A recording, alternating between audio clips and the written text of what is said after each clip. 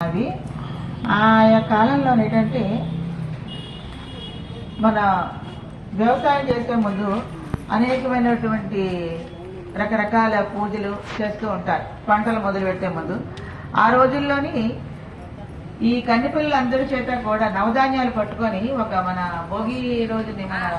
ఎలా చేస్తామో ఆ రకంగా ఒక పండగ గొబ్బెమ్మల పండగలాగా అందరూ పిడతలతోని నవధాన్యాలు వేసుకొని చుట్టూరుగా తిరుగుతూ వాళ్ళు ఏదో నచ్చిన పాటలు పాడుకొని ఆ యొక్క ధాన్యాలని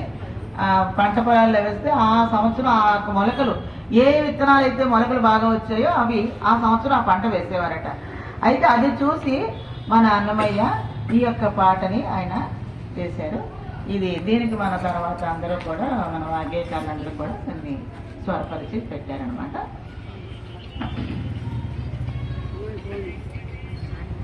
చల్లరి హరిపై చల్లగా హరిపై జర జర చల్లరి హరిపై జర జర చల్లగా సరసపు జర జర చల్లరి హరిపై జర జర చల్లగా హరిపై జర జర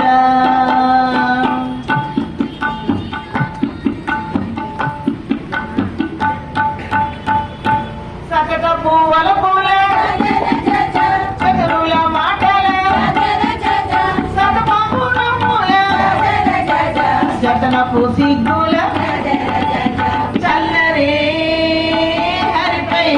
జర జర చల్లగా హరిపై జర జర చల్లరే హరిపై జర జర చల్లగా సరసపు జర జర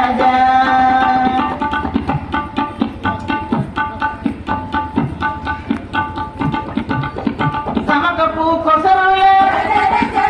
సమరతి కరువుల జమలి తమకముల సమయని అసల చల్లరే హరిపై జర జర చల్లగా హరిపై జర జర చల్లరే హరిపై జర జర చల్లగా సరసపు జర జర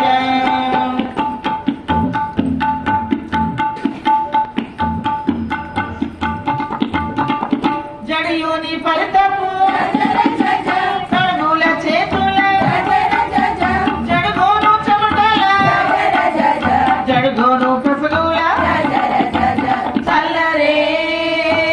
హరిపై జర జర చల్లగా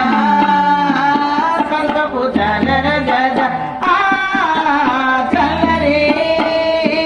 హరిపై జర జర చల్లగా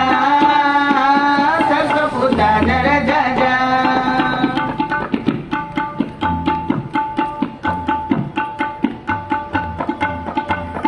చలపోను సతుల జాలి విరగముల చాలా మరిగిన చేలూరించే చల్లరే హరిపై జర జర చల్లగా హరిపై జర జర చల్లరే హరిపై జర జర చల్లగా